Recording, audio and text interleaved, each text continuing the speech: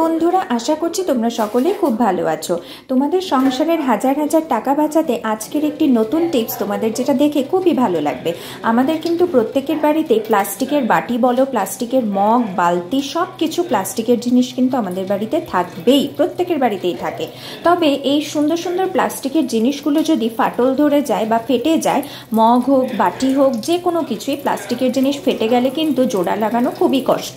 তো আর এই প্লাস্টিকের জিনিসগুলোকে তারপর কি করতে হয়, ফেলে দিতে হয়। তো দেখো বন্ধুরা, আমি এখানে একটা বাটি দেখাচ্ছি যেটা আমার এখানে ফেটে গেছে। তো এই যে দেখো, এই বাটিটা কিন্তু ফেটে গেছে, আর এই বাটিটা ইউজ করা যাবে না, কারণ এটা দিয়ে জল পড়ে যাবে। যে কোনো কিছুই আমি যদি ঢালি তাহলে কিন্তু সেটা আর ইউজের যোগ্য নেই এই বাটিটা। কিন্তু এই বাটিটাকে আমি মাত্র 10 টাকা দিয়ে ঠিক করে ফেলবো। তো কি করে ঠিক করবে, তোমাদের আর নতুন কোনো বাটি কিনতে হবে না। সেটা দেখো, যে কোনো প্লাস্টিকের জিনিস তোমাদের বাড়িতে যদি ফেটে যায় তাহলে পরে তোমরা কি করে আঠা তৈরি করবে আর কি করে পার্মানেন্টলি লাগিয়ে দিতে পারবে। দেখো, আমি এখানে একটা বাটির মধ্যে 1 চামচ আটা নিয়ে নিয়েছি। যে কোনো আটা নিলে হবে বা ময়দা নিলেও হবে। এরপর এখানে নিয়ে নিলাম ইনো, যে কোনো ফ্লেভারের ইনো।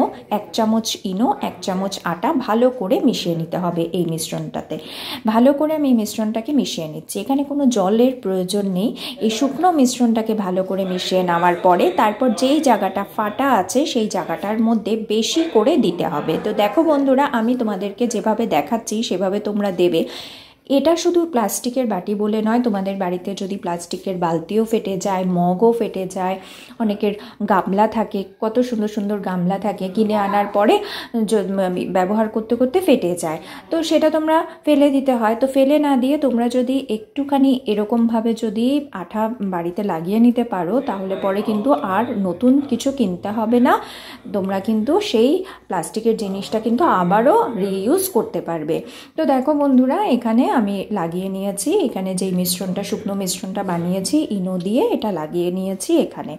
এবার যেটা করতে হবে, দেখো, ভালো করে মিশ্রণটাকে আমি একটা শেপ দিয়ে দেব, কারণ লম্বা ধরে ফাটা ধরেছে, তো সেই জন্য আমি একটু ভালো করে এটা এরকমভাবে হাত দিয়ে ড্যাব ড্যাব করে দিলাম। আর এক্সট্রা যেটা আছে এটা একটু ঝেড়ে একটু ফেলে দিলাম। দেখো, সুন্দর করে আমি দিয়ে দিয়েছি। তারপর এরপর আমাদের প্রত্যেকের বাড়িতে কিন্তু অ্যারালাইট বা ফেবিকুইক যাই আঠা থাকুক না কেন, অ্যারালাইট হলে সবচেয়ে বেশি ভালো হয়। সেটাকে এই যে ফাটা জায়গাটা আছে সেখানে এরকমভাবে দিয়ে দিতে হবে। তো দেখো বন্ধুরা, আমি এরকমভাবে দিচ্ছি। এরকমভাবে তোমরাও কিন্তু করে নিতে পারো। খুব ইজি প্রসেস, আর খুব কম সময়ের মধ্যেই কিন্তু তোমাদের বাটি হোক, মগ হোক, প্লাস্টিকের যে কোনো জিনিস কিন্তু তোমরা জোড়া লাগিয়ে ফেলতে পারবে। বন্ধুরা, আশা করছি আজকের টিপস তোমাদের ভীষণই কাজে আসবে এবং ভালো লেগেছে। যদি ভালো লেগে থাকে তাহলে কিন্তু লাইক করতে একদম ভুলে যাবে না। আঠা লাগানোর পরে এরপর আরেকটু মিশ্রণ আমি আঠাটার ওপরেও দিয়ে দেব। দিয়ে তারপর ভালো করে একটু চেপে দিতে হবে। এবার চামচ দিয়ে একটু আস্তে আস্তে করে ভালো করে চেপে দেব। চেপে দেওয়ার পর তারপর আমি একটা জায়গার মধ্যে এরকমভাবে রেখে দেব, অন্তত 15 থেকে 20 মিনিট রেখে দেব। যদি তোমাদের সারা রাত্র রাখতে পারো তাহলে তো খুবই ভালো। তা আশা করছি আজকের টিপসটি ভীষণই কাজে আসবে।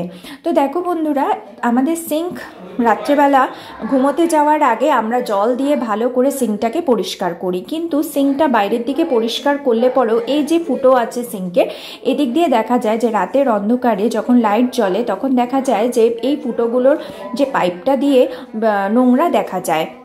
তো এদিক থেকে পাইপ দিয়ে কিন্তু পোকা মাকড়, পিঁপড়ে, টিকটিকি, আরশোলা সব কিছু আসতে পারে। তো সেই জন্য এই বাড়িতে পোকামাকড় বন্ধ করার জন্য তোমরা কি করতে পারো, সিঙ্কটা তোমাদের সবসময় পরিষ্কার থাকবে, আর পাইপ দিয়ে কিন্তু এই ফুটো দিয়ে কোনো পোকামাকড় আসতে পারবে না।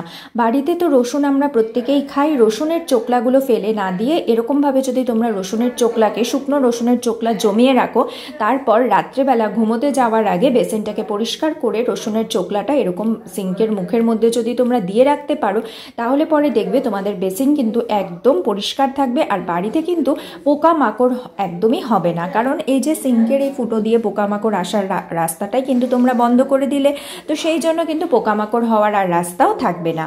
তো এবার আমি তোমাদেরকে আরেকটা জিনিস দেখাবো, সেটা হলো চা পাতা কি করে তোমরা চিনতে পারবে যে এটা আসল চা পাতা না নকল চা পাতা।